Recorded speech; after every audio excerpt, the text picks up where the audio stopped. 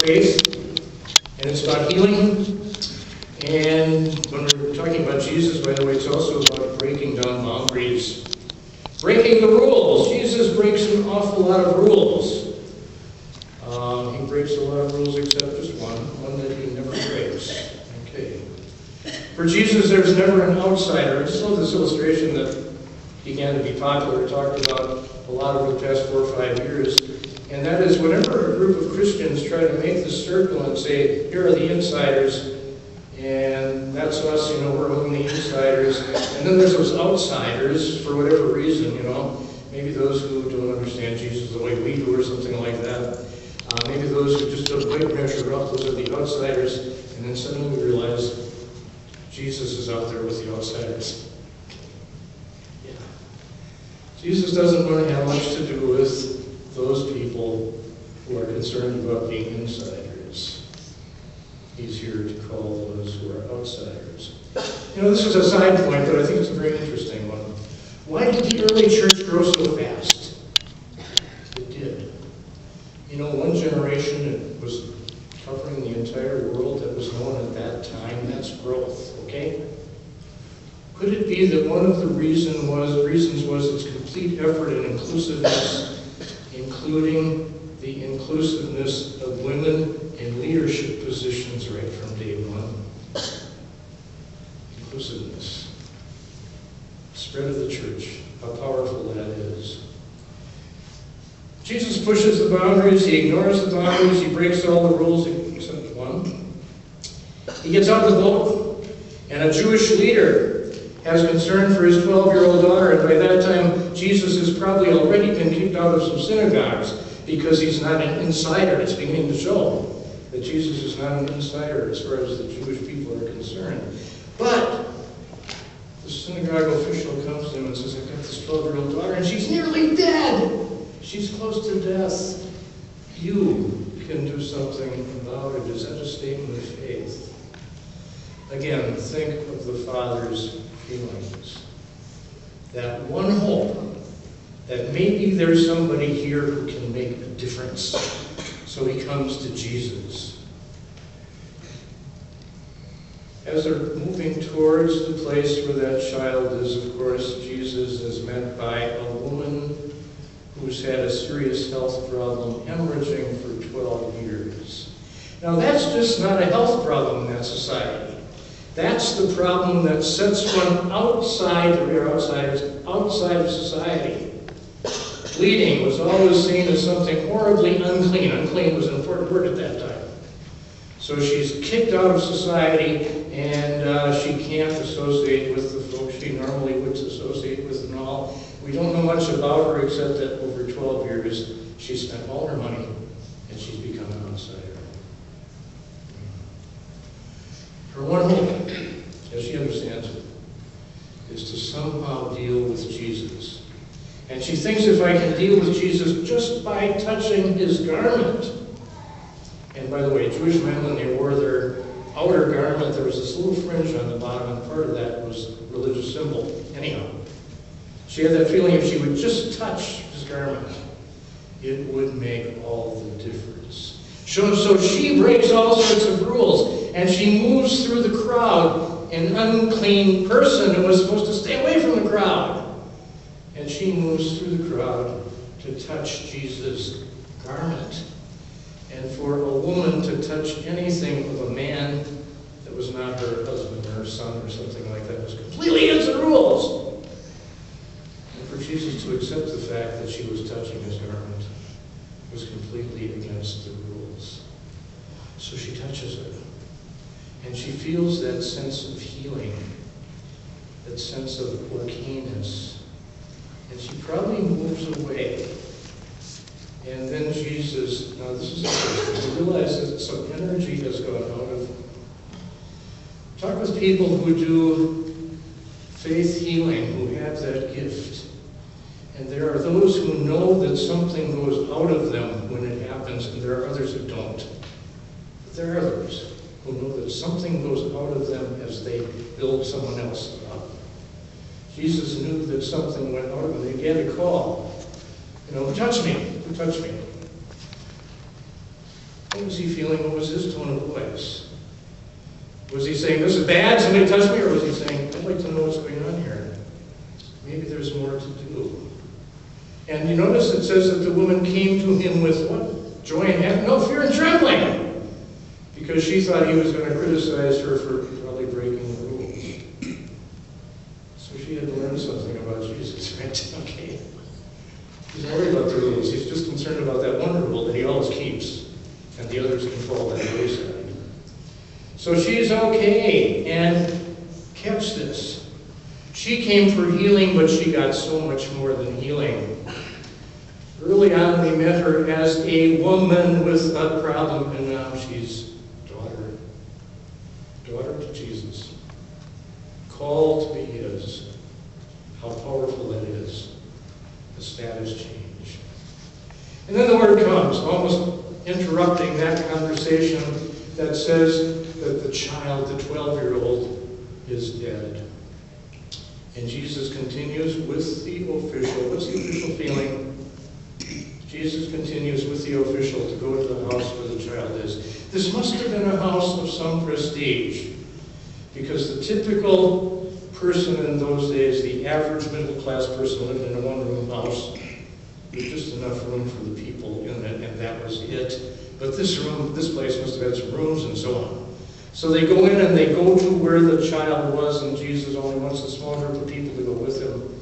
And by the way, do you notice that as he's going in and saying, she's only asleep, we'll handle this, everything will be okay. What's the reaction of the people? They laugh. Yeah. What are the different reasons we laugh? Is it sometimes because we're having a good time, or is it sometimes just a nervous laugh? You know? And think of all the other reasons that we might laugh. Laugh at somebody, laugh with somebody, with that nervous laugh thing. I don't know what to do at the moment, so I think I'll laugh about it. Okay. That kind of thing. He goes in, and what does he do? He touches her. Touching a dead body. Breaking the rules. Only certain people would do that, and they would spend days after touching a dead body going through a purification process. Jesus touches her, and she rises. Talitha, little girl, get up. Was that a command? Was it a hint? Little girl, get up. What's Father feeling now? What's Jesus feeling now? And then that beautiful ending to that lesson. Get her something to eat. Okay? Take care of that kind of thing too. You're taking care of the big picture. Take care of the little picture. All those feelings that are sifted through. Then there's the crowd. And Jesus tries to say to people, don't make a big fuss about this. Don't talk about it a whole lot. Why? Okay. Our second lesson. We've got the situation where the people, the Christian people in Jerusalem are hurting. Now, why are they hurting? Well, first of all, there was a general bad time at that time. We would call it a depression, something like that. Things were just down, but they were really down for the Jewish Christians. Remember, the leadership group was the Romans. And here we have the Jews, and they're one notch below that, and then way down is the Jewish Christians, who are being picked on by both the Romans and the Jews. So if they don't have any financial backing, and by the way, it was probably hard for them to get jobs, you know, when you're down at the bottom rung, you're not first in line to get hired for something. So they were hurting, and they were hurting financially, and they probably really should have gotten out of there, but there they were on the list. And Paul had gone up to one place and done some fantastic fundraising for them. That was a very prosperous place in the Greek world, kind of thing. And then he goes to Corinth, and he's trying to work with them. Second time he's been there to get money. And do you notice some of his arguments are just the same kind of arguments we use when we're trying to raise money for the church today? Just exactly. And he's doing that, and now think of his concerns, think of his feelings. He's got a group of people who are really hurting. Where is your next meal going to come from? They're struggling to keep things together. And he knows that the people he's talking to at Corinth are not necessarily among those most wealthy, but they're okay. They've got a pretty good life. And he's saying, no, maybe we've got to learn about sharing, and then maybe we've got to add something to that and add the sense of fairness. If I'm being blessed in a certain way, maybe I have to share that blessing pretty quickly with those who have need. And you know, he even adds that little bit that maybe then a year from now it'll flip over and we'll be the ones in need.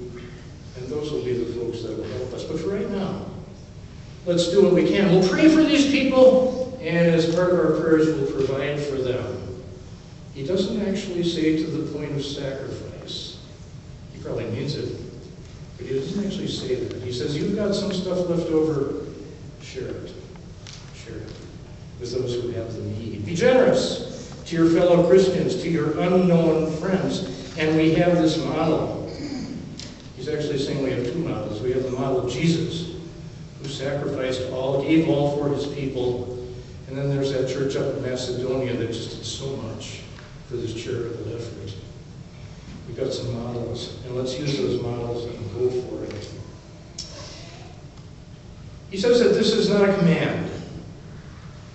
Paul isn't going to command you to give. But he says it's a test. A test to test something about your faith life, about your Christianity. And he says it in a way that it's almost like he's saying, I'll do the measuring, but that's probably not what he means. What he's probably saying is it's a test for you to do your own measuring. And you get the sense of whether you're involved in generosity or involved in greed. Whether you're going to be fair about what you have or not fair about it. Your conscience comes in now because your conscience has been informed by the word of the Lord that came through St. Paul. You see where you are on the test as far as your giving is concerned. Think about the fairness. If you have the wealth, you should share. Now that's a pretty good clue to Christian people about giving and receiving, isn't it? Now an interesting question is, should we expect our government to do that kind of thing? Should we expect our government to change the balance of things so we take from the wealthy to give to the poor and all that kind of thing? You know, we really shouldn't, unless we claim to be a Christian nation.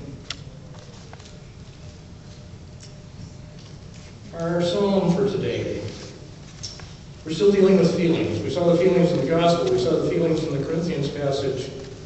And look at that psalm, the highs and the lows. And by the way, I miscued you. It wasn't the congregation's lines that were the highs, it was the reader's lines that were the highs. You caught that, right? Okay. Yeah, those odd verses are, generally speaking, the ups. Now, what about the psalmist? Where is he really in his life? And he's saying, I've been in the pit. Everything is working against me. What are some of those things that are working against him, by the way? He has enemies. Okay. Now, I don't know if that means enemies in the sense of somebody out to get your life. This is by Jeremiah, that would be the case.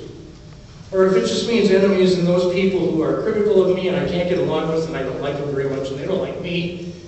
What kind of enemy are we talking about? We all know a little bit about enemies, okay? So maybe he's being pushed down by his enemies. Maybe he feels that God has pushed him down. And this raises an interesting thing in the Old Testament. Who is blamed for people's problems? You know, it's a triple thing here. Sometimes it's human activity. Somebody takes advantage of other people, some ruler is unjust, pushing me down. Human activity does it. Sometimes it's God that's blamed for it. God, you have chastened me, corrected me, hurt me, pushed me down. Sometimes it's God, sometimes it's human beings, and sometimes it's God withdrawing. God hiding himself, God not being involved, and the absence of God speaks loudly to many of the psalmists, the psalm writers. Now, what's the point here? For many, many years, of course, we have tried to say, well, what's the source of evil? What's the source of evil that comes to us when we're thinking in Christianity terms? What's the source of evil when we're thinking in world terms? And the point is that Scripture says, there are so many possibilities, and there's not a single answer. Don't try to narrow it down to one thing. No. It's a spectrum of things that vary from generation to generation and day to day. but we know that evil negatively exists. Okay, how badly was the psalmist affected? He was in the pit. And the pit, of course, is way down, while God is way up. So he's separated from God, and then he's even in Sheol.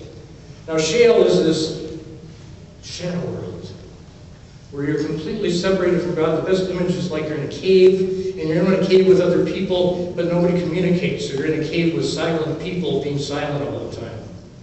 That was their image of Sheol, of the evil place. Those ideas of damnation that some Christians like to talk about, that came much later, but at this point it's just Sheol. Main characteristic, absence of God, and then add absence of communication. How bad that would be. The psalmist says, I have been so close to knowing about Sheol. I have been so separated from everything else and everybody else that I know this sense of death and what it's all about. Now look at these contrasts again.